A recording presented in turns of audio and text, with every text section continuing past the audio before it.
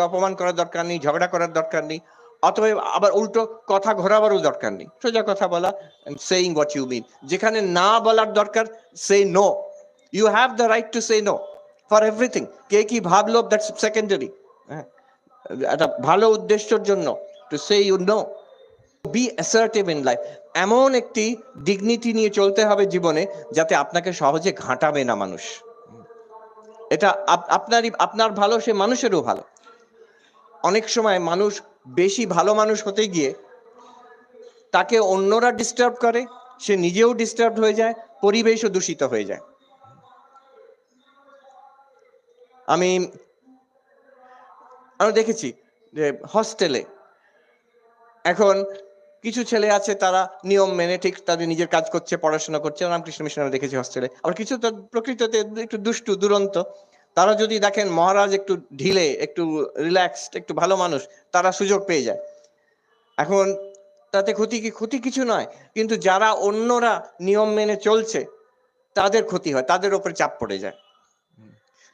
তো আমি একবার একটা হস্টেল দেখতাম, তারা এখন যারা সেখানে পড়তো তারা এখন সব বড় বড় সব দেশ বিদেশে আছে প্রতিষ্ঠিত। তো তারা যেমন ছোট ছেলেরা হয়, ক্লাস 7 এর ছেলে সব। তো সকালবেলা ভোরে মন্দির থেকে এসে নিয়ম হচ্ছে প্রত্যেক হস্টেলে সব ছেলেরা নিজে ঝাড়ু দিয়ে নিজের যে ধাম বলা হয় হস্টেল, সেটা পরিষ্কার করবে, তার জন্য ডিউটি ঠিক ছিল। তো ওরা জানে এই মানুষটি একটু নরম প্রকৃতির মানুষ, কিছু বলবে না। তো এসেই ওরা আবার বিছানায় শুয়ে পড়লো কম্বল মুড়ি দিয়ে। তো একদিন কিছু বললেও শুনবে না, জানে মহারাজ কেরম বকবেন না, কি পানিশমেন্ট দেবেন না। তো আমি একদিন ঠিক করলাম, ঠিক আছে, ওদের জন্য শিক্ষা দেওয়ার জন্য আমি নিজেই করবো। যেই দেখছি সব এসে আবার ঘুমিয়ে পড়লো, আমি সঙ্গে সঙ্গে গিয়ে ঝাড়ুটা ধরে আমি ঝাড়ু দিতে আরম্ভ করলাম হস্টেলটাকে। তখন আমি ভাবলাম ওরা লজ্জিত হবে, উদ্বুদ্ধ হবে, ছুটে আসবে। তোর কম্বল থেকে মুখ বার করে দেখছে আমাকে। একজন বেরিয়ে এসে বলছে, ওরে দেখ দেখ, হ্যাঁ এই তো আমাদের চাই, এইরকমই তো চাই আমাদের। সেটা ঠিক নয়। হ্যাঁ, সেখানে অ্যাসার্টিভ হতে হবে, যেটা নিয়ম, যখনকার নিয়ম সেটা তার জন্য যে যা ভাবলো তা ঠিক আছে। That is the second stage. Third লেভেলের গোলমাল এরকম হতে পারে যে এমন মারাত্মক লোক আছে যে ফোর্স করলেও শুনবে না, আপনাকে ব্যস্ত করেই ছাড়বে। তো সেখানে কি করতে হবে? ঠাকুরের তৃতীয় সূত্র আছে। তৃতীয় সূত্র হচ্ছে বাঘ নারায়ণ। সবাইকার মধ্যে নারায়ণ আছেন, কিন্তু বাঘ নারায়ণকে আলিঙ্গন করা চলে না, দূর থেকেই প্রণাম করতে হয়। বাঘকে আলিঙ্গন করলে কি হবে? বাঘ আপনাকে আলিঙ্গন করবে। কাজেই বাঘ নারায়ণ হচ্ছে যে আমি জানি সবাইকার মধ্যে ঈশ্বর আছেন, there is divinity within all beings, কিন্তু I cannot take, আমি সবাইকার সঙ্গে একরকম ব্যবহার করতে পারবো না, কি এক্সপেক্ট করতে পারবো না, উইদাউট এনি অ্যাঙ্গার। কোনো হেট্রেড নেই, অ্যাঙ্গার নেই, বাট আমি মানুষের প্রকৃতিটা বুঝি, অতএব আমাকে একটু নিজেকে দূরে রাখতে হবে যতটা সম্ভব। সবসময় সম্ভব নয়, পরিবারের লোক যদি হয় সেখানেও একটু you have to be little sharp, নিজের কর্তব্য পালন করে এবার নিজেকে অ্যাটলিস্ট সাইকোলজিক্যালি দূরে রাখা। অনেক সময় এটাকে বলে একটা kind of dependence relation, psychologically dependence relationship হয়ে যায়।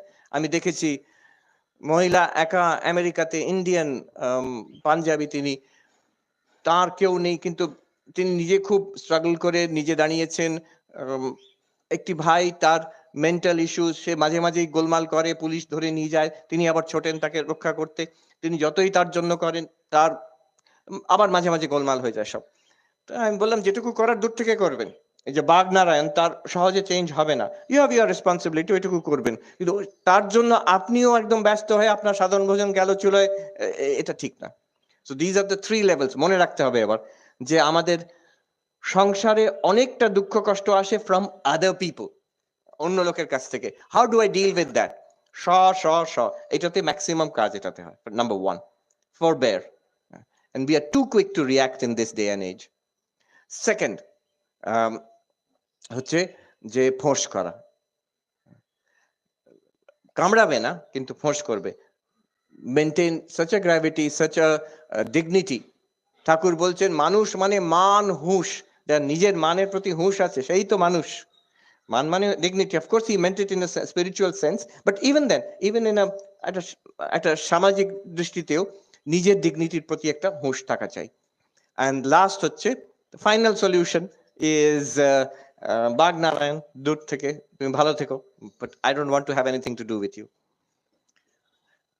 আচ্ছা, আরেকটা সূত্র দেখি ঠাকুরের, philosophy of life which will transform, যাতে আমাদের জীবন আনন্দতে ভরে যাবে। And স্বামী বিবেকানন্দ নিজে বলছেন এক জায়গায়, let all dreams cease, but if you cannot dream but better dreams which are eternal love and service free। বলছেন তাহলে এই জগৎ স্বপ্নবৎ এ যাক, তুমি ঈশ্বরের সঙ্গে এক হয়ে যাও, ব্রহ্মে লীন হয়ে যাও। যদি তা না পারো, আর কতজন পারে, আমরা অনেকেই পারি, বেশিরভাগই পারি না।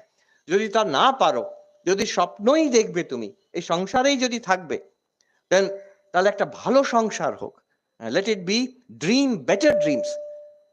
দুঃস্বপ্ন দেখবে কেন, কুস্বপ্ন দেখবে কেন? ভালো স্বপ্নটা কি? উনি বলছেন প্রেম ও সেবা, ইটারনাল লাভ, আনকন্ডিশনাল লাভ। কাকে ভালোবাসবো? সবাইকে। ওয়াই? No Y, unconditionally. তার কি হলো না হলো আমি জানি না, কিন্তু first beneficiary of love is I myself. যার প্রেমে হৃদয় পূর্ণ, যেমন রাগ করলে, বিরক্ত হলে আগুন জ্বালা হলো, আমার হৃদয়টি জ্বালা হবে। প্রেম থাকলে, ভালোবাসা থাকলে, the first beneficiary is the লাভার। যে ভালোবাসছে তারই মন আনন্দেতে প্রস্ফুটিত হয়। অতএব আনকন্ডিশনাল লাভ, তুমি কি করলে, বললে না বললে, that doesn't matter, I have love for everybody. সেটা অনেক সময় সুবিধে হয় যদি ঈশ্বরে, ভগবানে ভালোবাসা থাকে, যেভাবেই হোক, যার যে ধর্মতে যেমন ভালোবাসা থাকে, সে যদি সেই ভগবানের ভালোবাসা সবাইকার মধ্যে দেখছে, সে তার ঈশ্বর, তার প্রভুকে সবাইকার মধ্যে দেখছে, এবং loves those people with that love. And শুধু ভালোবাসা নয়, একজন ফিলোসফার বলছেন, I love humanity but I can't stand human beings. যে আমি মনুষ্য জাতিকে ভালোবাসি, কিন্তু ওই যে ইন্ডিভিজুয়াল মানুষগুলোকে সহ্য করতে পারি না আমি। তো ওটা অ্যাবস্ট্রাক্ট হয়ে গেল। Love and service, so service free without any expectation from others. এখন কেউ এরকম আশ্রমে, হাসপাতালে বড় বড় কাজ করতে পারে, আবার কেউ, আমরা যে যেখানে আছি, we can serve. It's an attitude,